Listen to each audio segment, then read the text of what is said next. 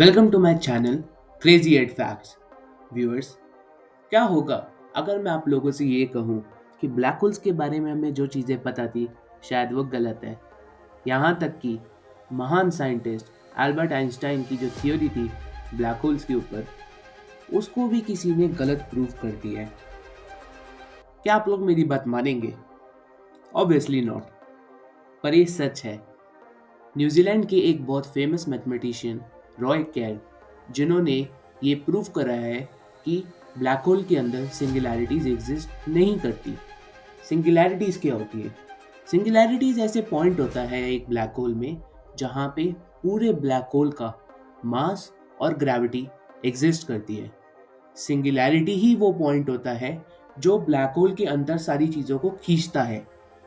रॉय केर के हिसाब से सिंगुलैरिटीज एग्जिस्ट नहीं करती। तो क्या ये सारी बातें सच है? क्या अभी तक की हमारी सारी नॉलेज बेकार हो गई? क्या अभी तक की जितनी भी थ्योरीज बनी थी ब्लैक होल के बारे में, क्या वो सारी गलत हो चुकी है? चलिए जानते हैं इस वीडियो में। तो सबसे पहले तो ये समझते हैं कि एक ब्लैक होल बनता कैसे है। तो ब्लैक होल बेसिकली एक स्टार से बनता है। अब आप सोचेंगे ब्लैक होल स्टार से कैसे बन सकता है? तो जिन लोगों को नहीं पता, ब्लैक होल्स बेसिकली बहुत बड़े मैसिव स्टार से बनते हैं।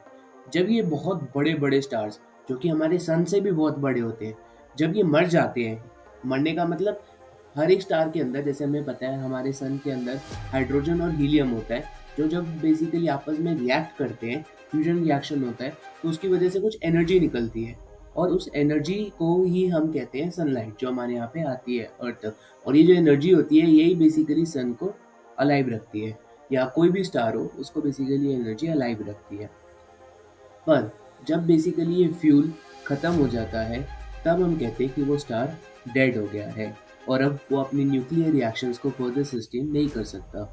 स्टार का जो कोर होता है वो अनस्टेबल हो जाता है और अपने आप में ही कोलैप्स कर जाता है, and the stars outer layer are blown away. Star की जो बाहर की लेयर्स होती है वो सारी ब्लो अप हो जाती है, एंड जो मैटर होता है, जो बेसिकली उसका जो वेट होता है मैटर का, अब जो बेसिकली स्टार एक्सप्लोड हुआ तो उससे कुछ बेसिकली आपके मैटर बाहर आया होगा, तो वो उस मैटर का जो वेट होता है falling from all sides compresses the star until its volume becomes zero and its density become infinite। तब तक उसको कंप्रेस करता है जब तक उसकी वॉल्यूम जीरो नहीं हो जाती और उसकी डेंसिटी इनफाइनाइट नहीं हो जाती। This collapse also causes a supernova और एन एक्सप्लोडिंग स्टार। इस कोलैप्स की वजह से एक बेसिकली सुपरनोवा होता है, एक एक्सप्लोडिंग स्टार होता है जो कि ब्लास्ट कर जाता है पूरे स्पेस में। साइंटिस्ट को ऐसा लगता है कि जो सुपर मैसिव ब्लैक होल्स होते हैं वो फॉर्म होते हैं at the same time as the galaxy they are in. जिस टाइम पे जिस गैलेक्सी में एक सुपरनोवा होता है उसी टाइम पे वहाँ पे एक ब्लैक होल भी बनता है, उसी मैटर से जो कि बेसिकली सुपरनोवा से निकला है। Black holes are not visible as gravity pulls the entire light to the centre of the hole. Basically जब वो मैटर इतना सारा निकला तो वो सारा मैटर एक छोटे से पॉइंट पे कंसंट्रेट हो जाता है, और इस पॉइंट पे कंसंट्रेट होने की वजह से जब एक पॉइंट पे बहुत ज़्यादा मैटर होता है तो वो बेसिकली सारी चीज़ों को अपनी तरफ अट्रैक्ट करता है। उसकी वजह से क्या होता है कि वो लाइट तक को अपनी तरफ अट्रैक्ट करता है। हमें कोई चीज़ तभी दिखती है जब लाइट उससे टकरा के हमारी आंखों में आती है। जब लाइट एक चीज़ के अंदर चली जाएगी और वापस बाहर आएगी ही नहीं तो हमें वो चीज़ दिखाई नहीं देगी।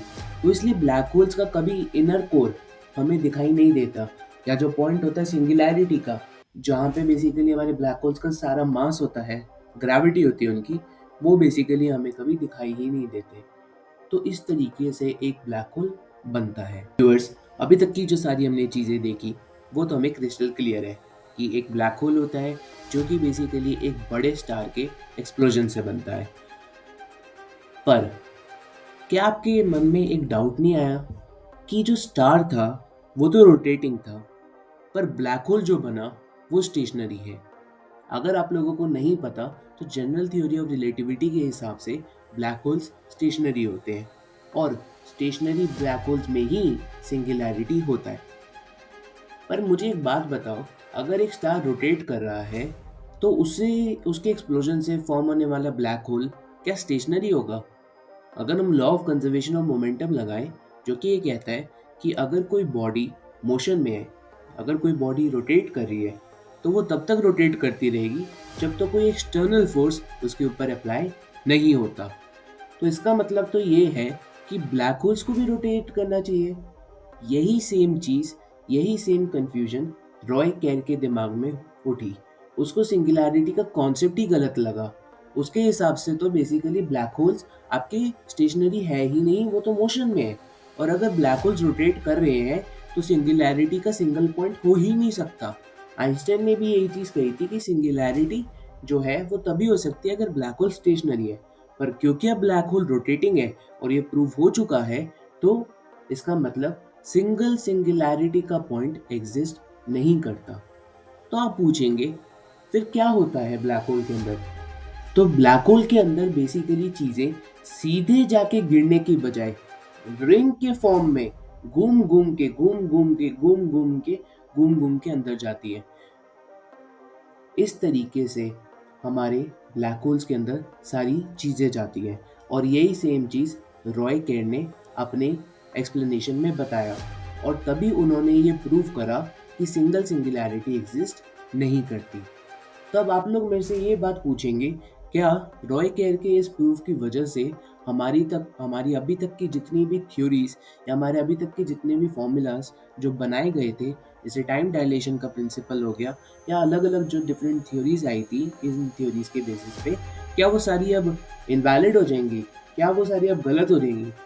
मैं कहूँगा नहीं, क्योंकि रॉय केर ने जनरल थ्योरी ऑफ रिलेटिविटी को गलत नहीं बताया, बल्कि उसके एक एस्पेक्ट को, जो सिंगुलैरिटी का एस्पेक्ट है, उसको उसने थोड़ा सा उसमें चेंजेस करे कि बेसिकली अंदर एक ब्लैक होल के अंदर चीज़ें सीधी जाने की बजाय रिंग के फॉर्म में घूम घूम के जा रही है। इसका मतलब ये है कि रॉय केर ने जो बताया वो बेसिकली एक एडिशन है हमारे जनरल थ्योरी ऑफ रिलेटिविटी में। तो ये हमारे एंड रिजल्ट या हमारे बाकी फॉर्मूलाज पे कोई बहुत ज़्यादा इम्पैक्ट नहीं करता, बल्कि इसकी वजह से तो हमें ब्लैक होल्स के अंदर और क्लैरिटी आ गई। हमें ये पता चल गया कि ब्लैक होल्स के अंदर अगर ब्लैक होल रोटेट कर रहा है तो चीज़ें अंदर कैसे जा रही हैं और किस तरीके से लाइट जब ब्लैक होल के अंदर जाती है तो वो वापस क्यों नहीं आ पाती, क्योंकि वो रिंग के फॉर्म में रोटेट करते अंदर जाती रहती है। So that's it for today guys. I hope कि आपको ये वीडियो बहुत अच्छी लगी हो और आपने इस वीडियो से कुछ नई बातें सीखी हो। And please don't forget to hit the like button and subscribe for more such content like this and share with your friends so that they can also get to know much more important things about the universe and this world. Thank you. Have a nice day. Bye bye.